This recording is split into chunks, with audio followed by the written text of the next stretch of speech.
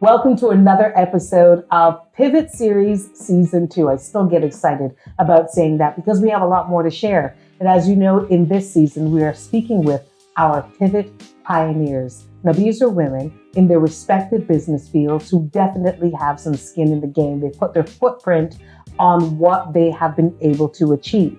Now, I know when we think of business, we think of product, we think of service, we think of very corporate things. Do we think about charities as being a business?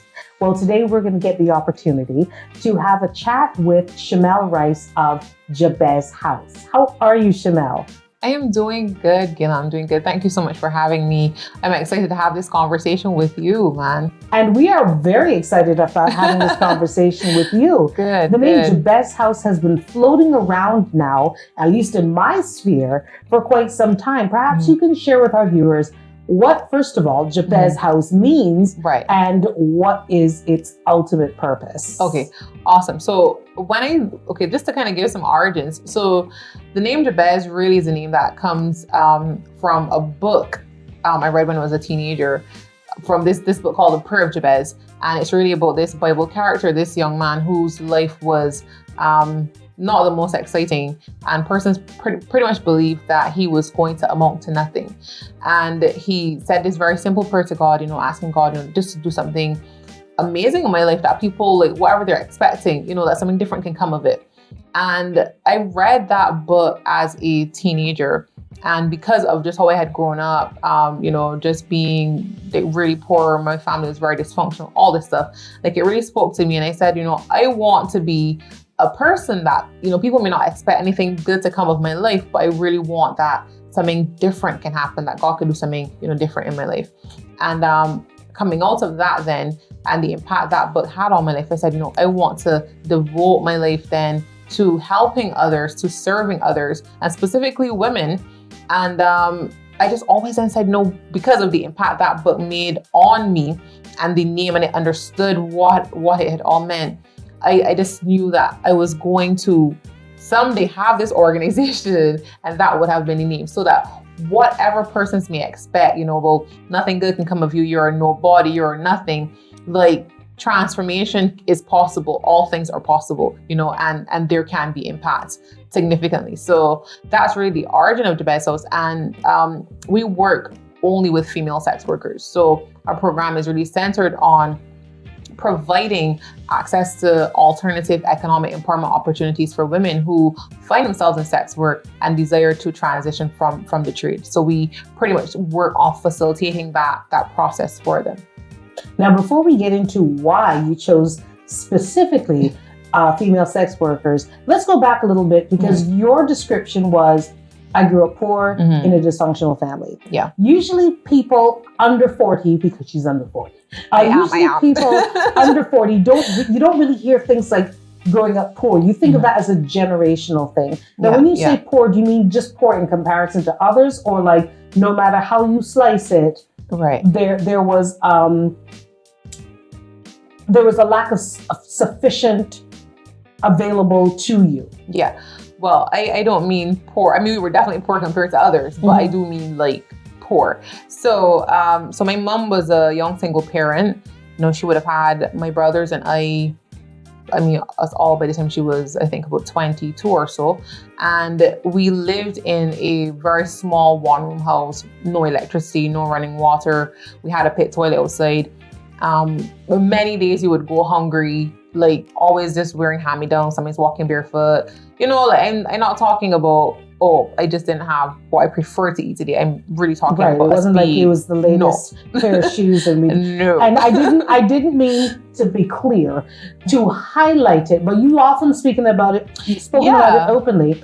And I just wanted people to understand that you, having come from a situation where things were not as readily available to you as one would have thought, especially in this generation Barbados. Definitely. This generation Barbados, that there are still pockets of people more than we know For sure. who have grown up exactly like you. Yeah. Yet you find yourself in a position where you could have used your education to secure the big corporate jobs, to make sure that you would never have to repeat the proverbial cycle. Definitely. But what you did instead is you reinvested in that cycle to try to get other people out. Yeah. Yeah. That to me is the amazing part. Yeah. Thank you. And I feel like that's like we all are alive, yes, and we all have gifts and talents, but I feel like being able to impact someone is more important than anything else. I mean, I would love to have a lot of money, you know, like who doesn't want to be able to travel and do a whole bunch of fancy stuff? Like that's good. And I applaud anyone who's pursuing that for sure. But like, there's just something about being able to impact a life. And I don't know if it's, again, because of my own experience and having persons come alongside who saw that I had potential, you know, in the midst of my living situation, in the midst of our poverty, saying, this young woman, there's something about her. She's smart, she's polite, you know, we can work with her. And choosing to make an investment in me, because that's the way I saw it, if that is what was the catalyst and really said, you know, Shamelle, you have to just repay this, that you have to do it for someone else. And I really feel like that's really where it started. So yeah, it's true. I mean, I could have probably pursued just the traditional type of career, but I just knew that I wanted to give my life to serving others and to helping others and to seeing women especially see their lives empowered and transformed. Women are a vulnerable group by themselves. Definitely. But you have specifically chosen female sex workers. Why is that? Boy, I get that question all the time, right? What would I say? There are groups that persons would be open to working with, to serving. And then there are others that people have just kind of cast off. It's like, I don't want to have anything to do with you. Like, no, you just do not deserve my attention, my time, my nothing. And I felt like when I started doing this work, even although I just knew I always wanted to work with them, I will be honest and say, I never thought it would have been this specific group of women, right? Like, not at all. But as I was able to get into the community and to begin to connect with these persons and talk to them, I realized like, all you really need is someone just rooting for you. All you need is an opportunity, and something can happen for you. Like, I could not pursue, you know, trying to facilitate that for this group. And you know, as you said earlier, there are persons in Barbados today, you know, that are living in squalor. And I'm not using that word lightly. I'm saying because we're, myself and the team, we're very on the ground with our work. So it's not like just sitting up in some air-conditioned office and dressing pretty. No, we hit the streets. We're on the ground. You get to see how people are living, get to see children. I mean, I've been to some houses, and even as I'm thinking about it now, I just feel myself just getting a bit emotional. Like recently, remember last year, I had this client and she was coming out very faithfully to every single class. You know, she was doing well. And, you know, one day at class, she was talking about going home and hoping the bed didn't get wet because of the rain that fall, you know, while we were at class and all kind of, and I'm not understanding. I'm like, what is woman talking about? Because I've seen people living poor, but like it was not registering. Either way, I offered to give her a ride home, which was so like out of my way. But I really felt that day, you know, let me go and check on what she's talking about. And when I saw, I can't even call it a house, when I saw where she was living with two little boys, when I saw the bed that was just eaten out, it was black, the floor, the roof, I tell you, I came home that day, right?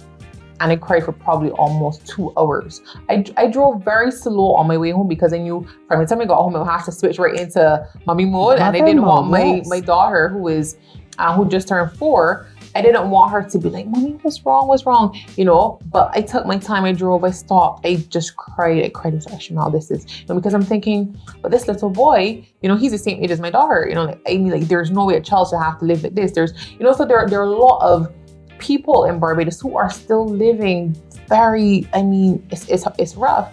So and they're something's off, off the grid, so you may not find them, or they're not able to really access certain services, and there's no assistance. And I feel like if you know about this, there is a responsibility then to in some way offer some means of relief.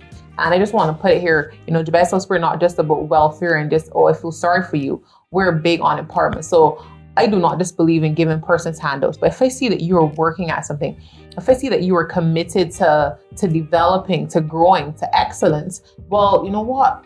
I'm right there with you. Like, I am with you. How can we grow? How can we do this? How can your life be all that you were created to be? And that's what we do. We just try to come alongside women who are just working at it and try to help them make a difference.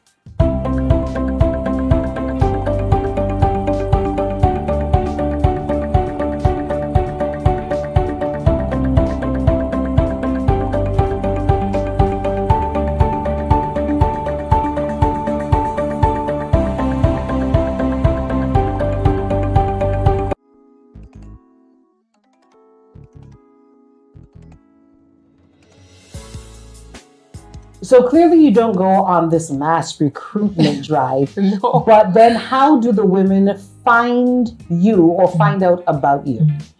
Well, we employ just various methods in terms of just getting the word out. So yes, we have clients who are enrolled in our program, so they may tell, a friend, and that way, they can access our services. But also, and a big part of how we engage the community is really just meeting them where they're at. So, we do outreach, middle of the night, whatever it is, where you're at, we engage you there. And we share about, what our programs are about. We offer other services. So whether it's, you need to, probably just have someone you need to talk to, you want to get a test done for some reason, or, there are different things that we do as well. Mm-hmm. So we just go, our aim is really just to befriend the community. We're not here to judge. We're not here to criticize or condemn. We're here to offer an option, an alternative if you want to. And it's really just a matter of letting persons know, and then they are free to, on their own, whenever they're ready, just come out. Now, with most businesses or organizations, there's usually a structure that is patterned after an existing structure. Mm-hmm. I cannot think of another structure that exists Right. like this one. So how did you come up with this model? Honestly, I don't. Man, that's really something I've been struggling with for a while. When I started Jabez House, it really came out of conversation with the women in the community. This is something that they were saying they wanted. It's like, and like, I just want to be okay. I would like to go back to school. I would like to, and I'm thinking, like, how is someone telling you these things and you're not doing something about it? Mm-hmm. And I said, well, I'm going to start some way, somehow. And, I just said, well, we can offer classes. We can do this. You can, and as I started to research to find out, well, is there something else? Like, I honestly have not found any programs that look like this. I mean, in Africa and India, there are one or two where they are working with a group like this and, providing classes and training. Right. But I think generally what I've really come across, there are a lot of groups that focus on sex worker rights and, activism around sex worker rights and, making it legitimate work and regulating the industry, so to speak. Right. Yeah. Regulating it, which, there's merit in that. If persons are going to do it, well, you want people to work safely. Yeah. So I wouldn't say, that's wrong. But something to say, well, this is what we've modeled it after. I really haven't found that. And, I feel that's why it has really been so impactful, because it is the heart of the women. Like, I've heard your heart, and we have come just willing to provide this option, this alternative, that you can access, another economic empowerment opportunity. So as a result, what tools then have you found? Because basically it sounds like they're almost feeding the program and you formalizing it. So yes. I'm giving you what you tell me you need to help transition. So what kind of tools do you employ? So in terms of tools, our primary the primary tool we would use largely comes down to skills and business training. So, we focus on, okay, well, what's going on now? All right, women are really into lashes and everybody's wearing a mask now. So, people want their lashes popping. Like, hello. Yeah. So we would offer classes then in, eyelash extensions or makeup artistry, soap making, just what is going on. And as you rightly point out, we are always in conversation with the community. It makes no sense designing a program thinking you have figured it out and it's not really serving the beneficiaries. Right. So what do you want? What do you think is going to help you most?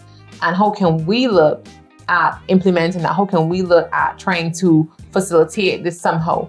And that has always been just our way of doing things from the beginning to now. There is always conversation with our clients. We never roll out a new class, a new program, nothing without first saying, what do you think about this? Or what would you like to see? Any suggestions? Yeah. I want to hear from you. So that's really something myself and the team, we are very, very big on, so persons know that I'm seen, I'm heard, and, I have a voice, I have an opinion, I have value that I can still offer.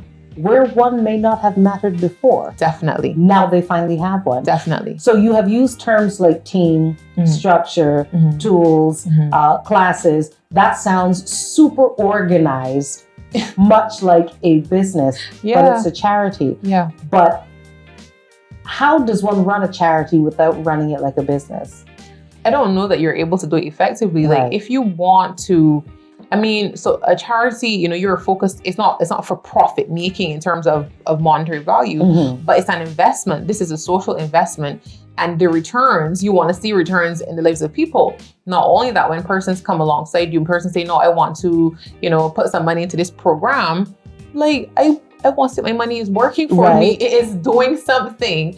And I believe that you have to address it. You have to approach it as you would any other business, and I remember many years ago, probably maybe the first year into doing Jabez House, a friend of mine, we were talking, she said to me, and I've never forgotten, she said to me, Shamelle, I want to tell you something.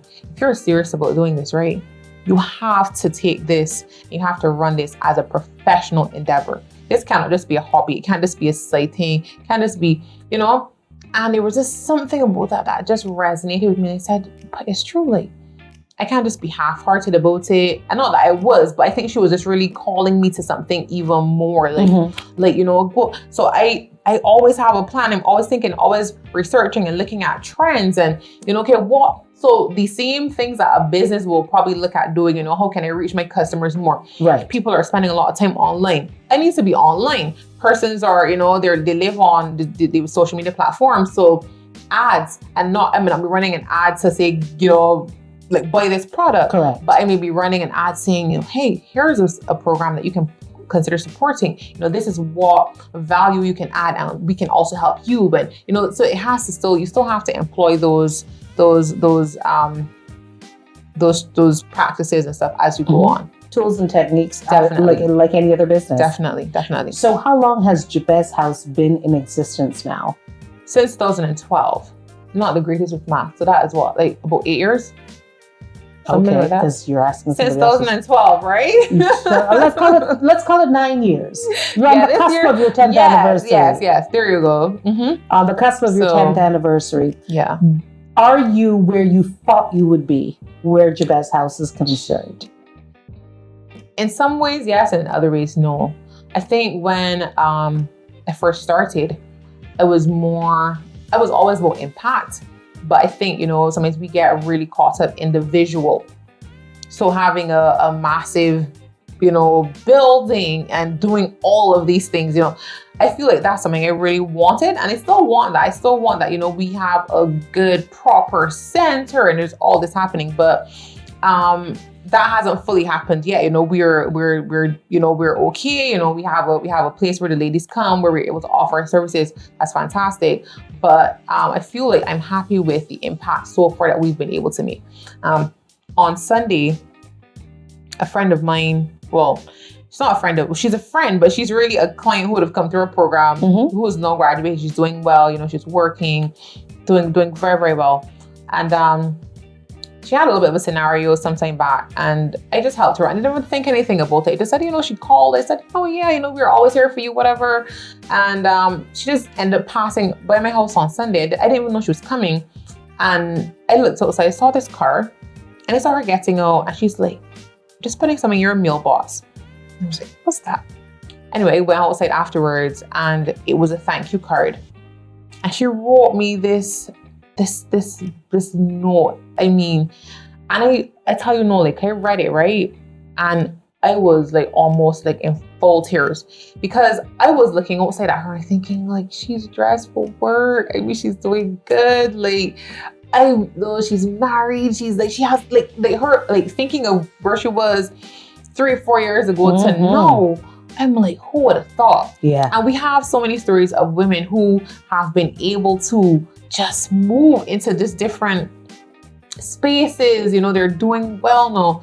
And I'm like, that's what this program is about. So even if it isn't this huge, ginormous, whatever, when I'm seeing impact on real lives, when I'm seeing children now, like, Auntie Shamelle, me, and like, that is what I feel really it's about, and that I'm happy. I'm so happy with, and yeah, I just feel like that's good. Like, that's good. Like, so far what we've been able to do, especially given the community, because it's not like there's so many things you have to be always balancing. You have to make sure you develop trust within the community. Yes. So you don't want to seem as if you're someone who's just out there, you just after just getting a story out, or and you don't want to sensationalize things. There's confidentiality, there's privacy, there's so many things we have to still balance.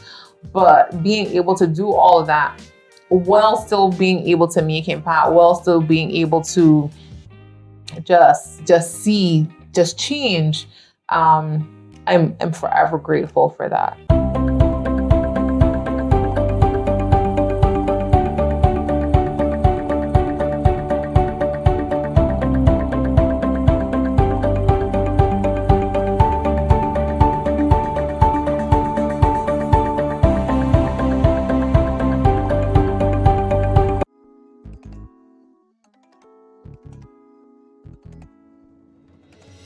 Now, this is going to be one of those questions. All right, I'm but ready. I must ask, what role do you think gender would have played in a lot of the initial challenges you would have experienced in trying to get Jabez House established? I don't feel like you can ever get away from the gender narrative, the dynamics. There's always something there. I would say that, for the most part, persons were open to what I was trying to do. I did have some businesses or persons I approached, that were like, oh, that really for me, I ain't both nice, so, that group of women, and just really just like, I want to have nothing to do with those persons or, those women, or, and I feel like there were some individuals initially too who didn't take me as seriously, maybe because they felt like, because I would have been 25 when I started, right? It's like this young girl talking about, okay. And I honestly feel like we've made a lot of progress. We've done a lot, in terms of seeing women and seeing the value that women can offer. But there are times where I do see that you have to work a little bit harder to be taken a bit more seriously as a woman. Yeah, it is what it is. It's not something that I like to harp about. I just say, hey, if I need to work a little bit harder, well, I'll just have to work a little bit harder. Because like right now, I may not be able to do much about it. But yeah, it's always one of those things that sometimes it pops up, pops up ever so often. Yeah. And the narrative continues to just develop and transition in unique ways, especially in a business situation. So I do have to ask though, because I find that COVID has just impacted women very, very differently from our male counterparts. How has COVID impacted the way you are able to sustain the business? Right.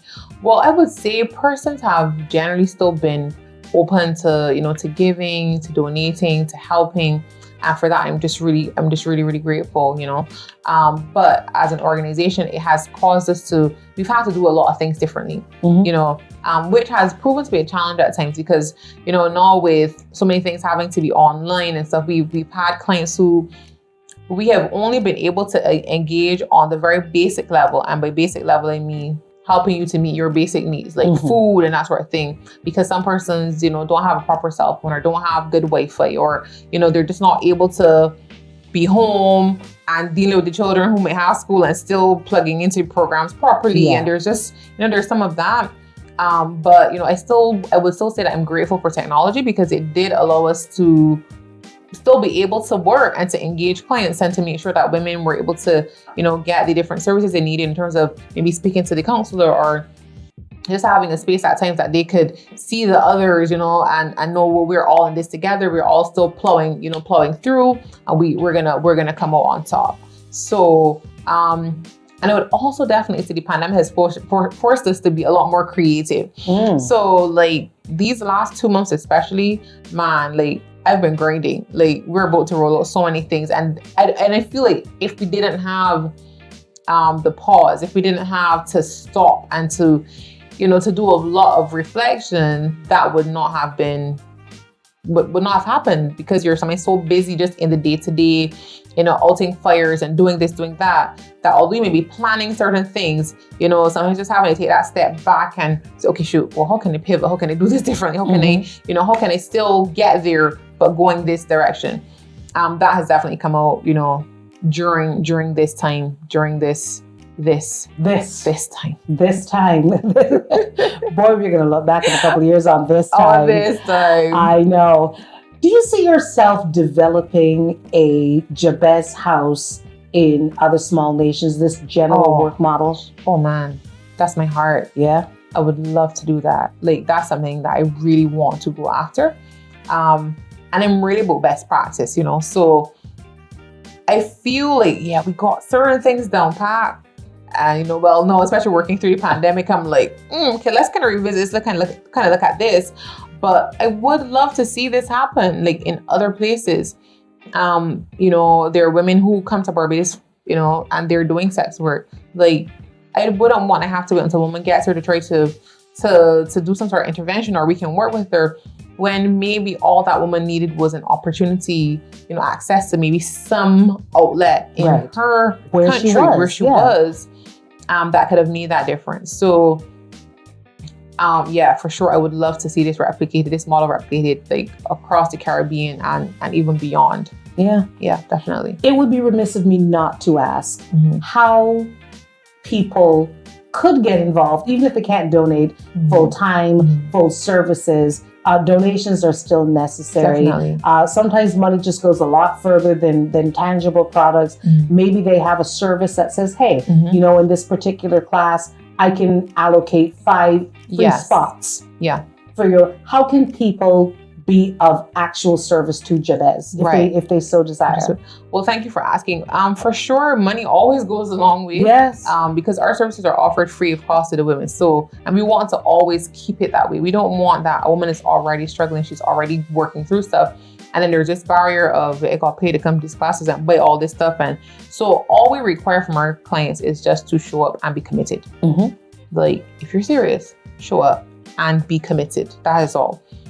So of course, donations really help with that. You know, we always welcome food stuff as well, because especially now and like all last year with just the pandemic and everything happening, persons were really stressed. You know, children are at home a lot more. The food is moving faster. Persons aren't working. There's just a lot more pressure.